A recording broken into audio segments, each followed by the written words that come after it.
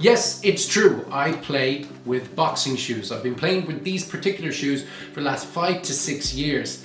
And I came to this conclusion about 2015 when I was really into foot technique and I was trying to find out what was the best for me. And I found out that I could achieve a lot more playing with no shoes than playing with shoes. And it might be something as simple as me curling my big toe to be able to get that double that I needed at a very quick pace. And wasn't able to do that with shoes. But if anyone's played barefoot on a kick pedal, they'll know that the top beater can be your worst nightmare, because you really go for it and that beater comes back too far and it will hit you on the top of the foot, and it can be really, really painful. Let me know down in the comment section if that's ever happened to you.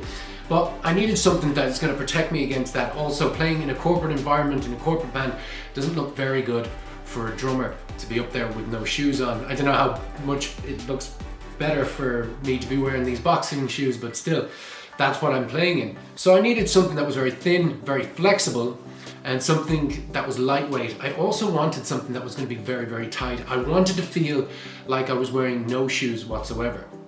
A big thing that helps me with these is the grip.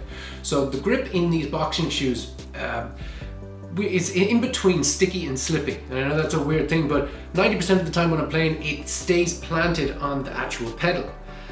And then when I need to pull out the doubles, if I'm sliding up and down on the pedal, this will do it also, because it's nice and it's smooth in parts. Now, it took a little while to break it in, maybe 2 gigs, just to get that sole a little bit more slippy, but I was able to do it and have the best of both worlds that I found.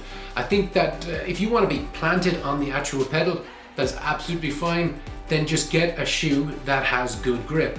I know that some drummers like to play with the formal suit shoes, and they want that because generally those suit shoes are going to be very smooth on the bottom.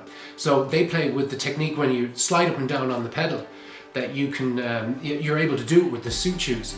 And if you are actually trying to do that, or if that's your kind of playing technique, go for the cheaper suit shoes, because they basically don't have any grip, so you're able to slide up and down the pedal with ease. But it's funny, because you wouldn't think formal suit shoes would be able to do that, but they're actually really, really good for that. A really important thing, I think, across the board, whatever shoe you pick up, make sure it's lightweight. Now, these boxing shoes, they're ridiculously light. Very, very light. I think across the board, no matter what shoe you pick up, make sure that it's very, very lightweight. I don't think there's any argument there that you need a shoe that's extremely lightweight. Let's talk about the sole of the foot, because that's really, really important too.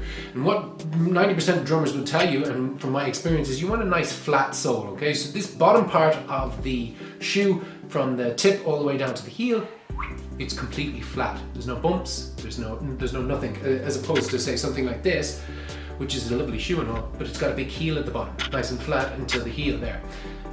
So you want something that's nice and flat. Some drummers will play with the heel, that's fine, but again, I think majority will tell you that the flat one is the way to go. Now, the sole is really important, and I've put it down to 2 things. The first thing is the thickness. Look how thin this sole is here. So the max this sole would go out to is about 1/4 of an inch. It's probably 1/8 of an inch thick up here.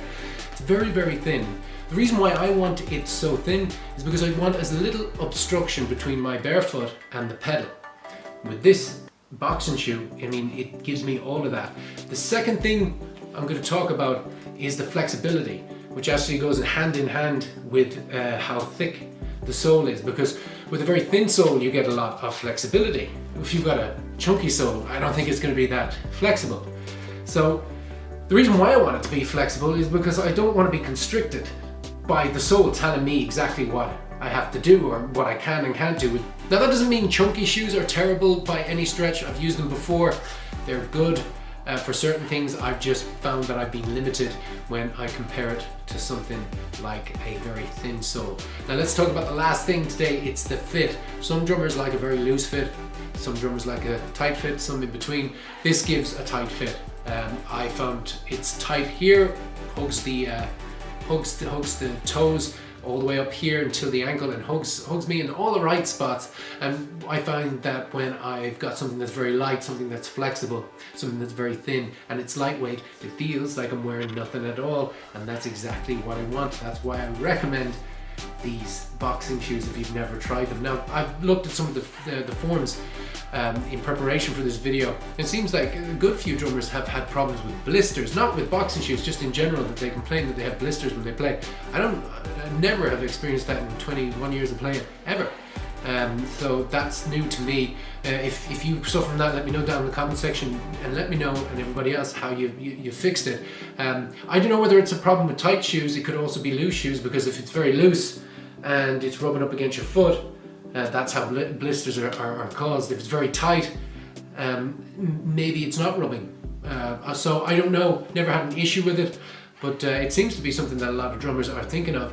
But anyway, that's why I drum in these boxing shoes. Will I continue to do it? I don't know. These are 5 years old. I'd say this is gonna split now pretty soon.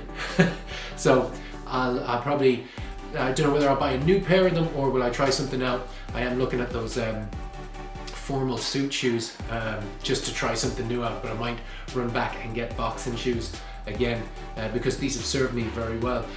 What I'll do, guys, is I'll leave a link for these down in the comment section or down in the description. Pretty cheap. I got these for only 35 euros and they've been lasted the last 5 years. They'll probably last another year, maybe 2 years. We'll see. But anyway, let me know down in the comment section. Let me know if it helped you out. Give me your thoughts about it. Don't forget to give me a like on this video and subscribe if you haven't. Guys, I'll see you next week. Take it easy. Have a good one. Bye-bye. Guys, hit me up on Instagram, Facebook and Twitter. And if you like what you're seeing here today, you can see a lot more videos. Just click on any of them here on the screen.